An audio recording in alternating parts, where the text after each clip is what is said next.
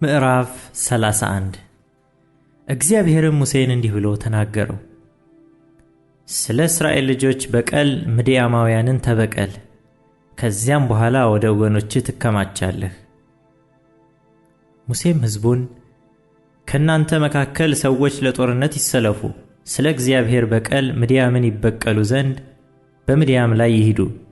ከእስራኤል ነገዶች ሁሉ ከየነገዱ 1000 ሰው ወደ ጦርነት ስደዱ ብሎ ተናገራቸው። ከእስራኤልም አእላፋት 12,000 ከየነገዱ 1,000 ለጦርነት የተሰለፉ ሰዎች ተሰጡ።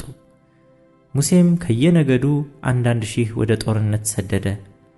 እነርሱንና የካህኑን የአልዓዛርን ልጅ ፊንሐስን ወደ ጦርነት ሰደዳቸው። የመቅደሱንም ዕቃ የሚነፋውንም መለከት በእጁ ሰጠው። እግዚአብሔርም ሙሴን እንዳዘዘ ከምድያም ጋር ተዋጉ፣ ወንዶችንም ሁሉ ገደሉ። ከተገደሉትም ጋር የምድያምን ነገሥታት ገደሏቸው። 5ቱም የምድያም ነገሥታት ኤዊ፣ ሮቆም፣ ሱር፣ ሁር፣ ሪባ ነበሩ። የቢዖርንም ልጅ በለዓምን ደግሞ በሰይፍ ገደሉት። የእስራኤልም ልጆች የምድያምን ሴቶችና ልጆቻቸውን ማረኩ። እንስሶቻቸውንና መንጎቻቸውንም ዕቃቸውንም ሁሉ በዘበዙ። የተቀመጡባቸውንም ከተሞቻቸውን ሁሉ ሰፈሮቻቸውንም ሁሉ በእሳት አቃጠሉ። የሰውንና የእንስሳን ምርኮና ብዝበዛ ሁሉ ወሰዱ። የማረኳቸውንም ሰዎች ምርኮውንና ብዝበዛውን ወደ ሙሴና ወደ ካህኑ ወደ አልዓዛር ወደ እስራኤልም ልጆች ማኅበር በዮርዳኖስም አጠገብ በኢያሪኮ ፊት ለፊት በሞዓብ ሜዳ ወዳለው ሰፈር አመጡ። ሙሴና ካህኑ አልዓዛርም የማኅበሩም አለቆች ሁሉ ከሰፈሩ ወደ ውጭ ሊገናኟቸው ወጡ። ሙሴም ከዘመቻ በተመለሱት በጭፍራ አለቆች በሻለቆችና በመቶ አለቆች ላይ ተቆጣ። ሙሴም አላቸው፣ በውኑ ሴቶችን ሁሉ አዳናችኋቸውን?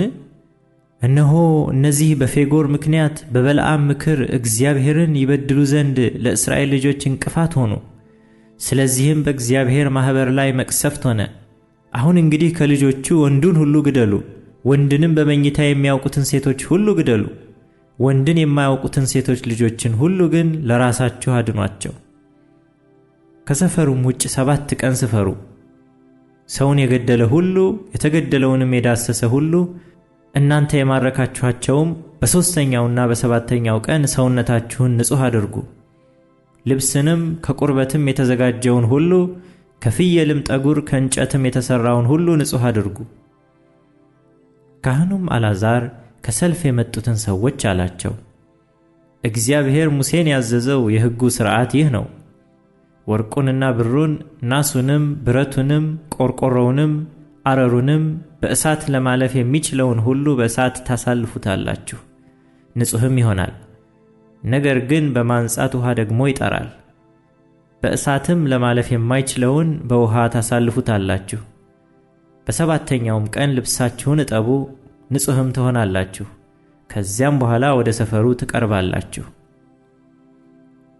እግዚአብሔርም ሙሴን እንዲህ ብሎ ተናገረው፣ አንተና ካህኑ አልዓዛር የማኅበሩም አባቶች አለቆች የተማረኩትን ሰውና እንስሳ ቁጠሩ። ምርኮውንም በተዋጉትና ወደ ሰልፍ በወጡት በማኅበሩም ሁሉ መካከል አስተካክለህ ክፈል።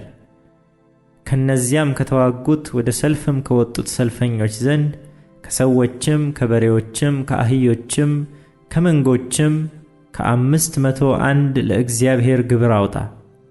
ከድርሻቸው ወስደህ ለእግዚአብሔር ለማንሳት ቁርባን ለካህኑ ለአልዓዛር ስጠው።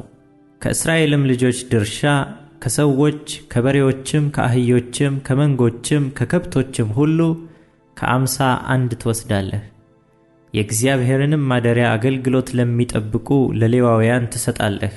ሙሴና ካህኑ አልዓዛርም እግዚአብሔር ሙሴን እንዳዘዘው አደረጉ። ወደ ሰልፍ የወጡ ሰዎችም ከወሰዱት ብዝበዛ ያስቀሩት ምርኮ እንዲህ ሆነ፣ 675,000 በጎች፣ 72,000 በሬዎች፣ 61,000 አህዮች፣ ወንድ ከማያውቁ ሴቶችም 32,000 ነፍስ። በዘመቻም ለነበሩ ሰዎች ድርሻ የሆነ እኩሌታ ከበግ 337,500 በጎች ነበረ። ከበጎችም የእግዚአብሔር ግብር 675 ነበረ። በሬዎችም 36500 ነበሩ። የእግዚአብሔርም ግብር 72 ነበረ። አህዮቹም 30500 ነበሩ። የእግዚአብሔርም ግብር 61 ነበረ። ሰዎቹም 16000 ነበሩ። የእግዚአብሔርም ግብር 32 ነበረ። እግዚአብሔርም ሙሴን እንዳዘዘው ሙሴ ለእግዚአብሔር ለማንሳት ቁርባን የሆነውን ግብር ለካህኑ ለአልዓዛር ሰጠው። ከእስራኤል ልጆች እኩሌታም ወደ ሰልፍ ከወጡት ወንዶች ላይ ሙሴ የለየው የማኅበሩ ድርሻ 337500 በጎች፣ 36000 በሬዎች፣ 30500 አህዮች፣ 16000 ሰዎች ነበሩ። ከእስራኤል ልጆች ድርሻ ሙሴ ከሰውና ከእንስሳ ከ51 ወሰደ። እግዚአብሔርም ሙሴን እንዳዘዘው የእግዚአብሔርን ማደሪያ አገልግሎት ለሚጠብቁ ሌዋውያን ሰጠ። በሰራዊት አእላፋት ላይ የተሾሙት አለቆች፣ ሻለቆችና የመቶ አለቆች ወደ ሙሴ ቀረቡ። ሙሴንም እኛ ባሪያዎችህ ወደ ሰልፍ የወጡትን ከእጃችን በታች ያሉትን ቆጠርን፣ ከእኛም አንድ አልጎደለም። ሰውም ሁሉ ካገኘው ከወርቅ ዕቃ፣ ከእግር አልቦም፣ ከአምባርም፣ ከቀለበትም፣ ከጉትቻም፣ ከድሪውም ለነፍሳችን በእግዚአብሔር ፊት ያስተሰርይልን ዘንድ ለእግዚአብሔር መባ አምጥተናል አሉት።